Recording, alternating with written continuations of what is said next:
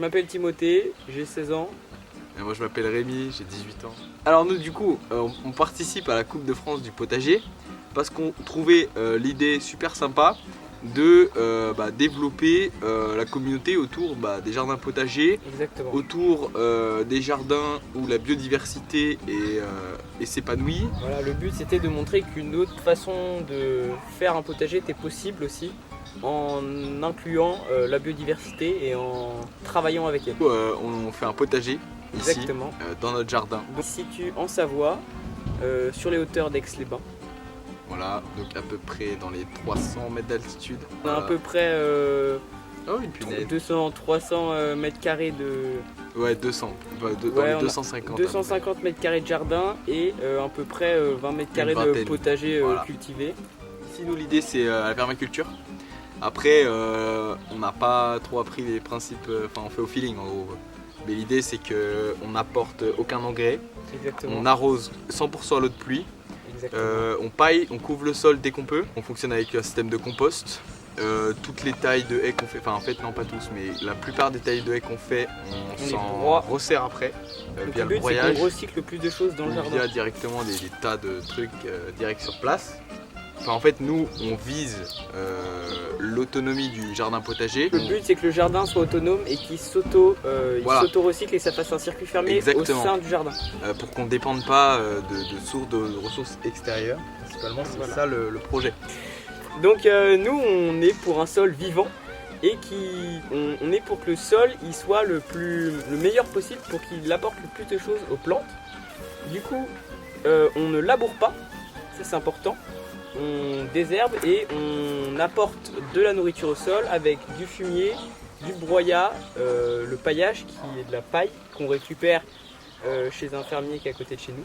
Voilà, Voilà. le sol, matière vivante, Alors, là, bien foncé, Bien beau. voilà, avec des résidus de paillage. Donc, on est pour la vie dans le sol, donc le labour ça C'était un ver de terre, comme on pas ne de ver de laboure terre. pas. Oui, il n'y a pas de terre. Ah, le ver de terre, ils sont où? T'inquiète.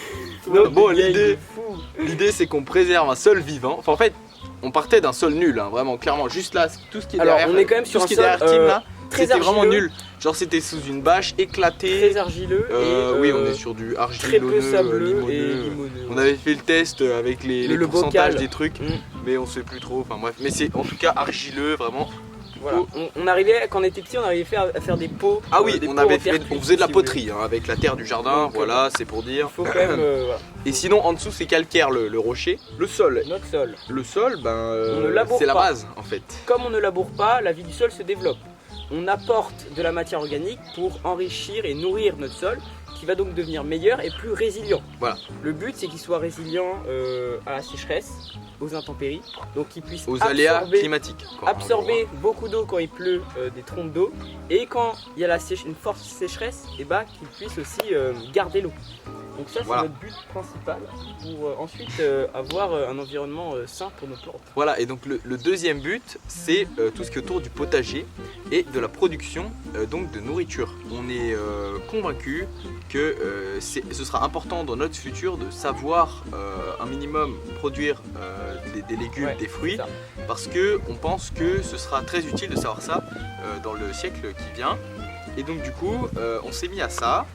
Et donc on a l'objectif nous d'apprendre des nouvelles techniques, Ouais. d'apprendre sur les maladies, les problèmes qui peuvent arriver, Comment faire pour, pousser, comment semer, comment, toutes les techniques. comment se nourrir tout simplement. Et du coup directement la production.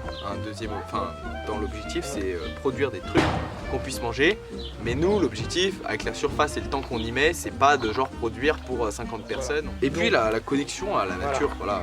Et du coup, Comme on l'a déjà on dit. fait pousser au potager plusieurs espèces, évidemment de plantes.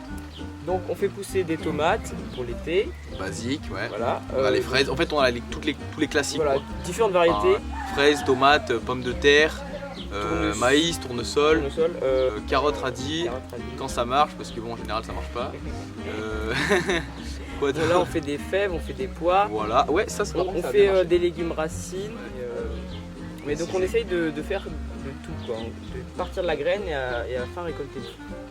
Ouais, l'idée nous c'est de faire le cycle complet de la plante et l'objectif c'est donc d'avoir un maximum de produits qui viennent à 100% en fait du jardin.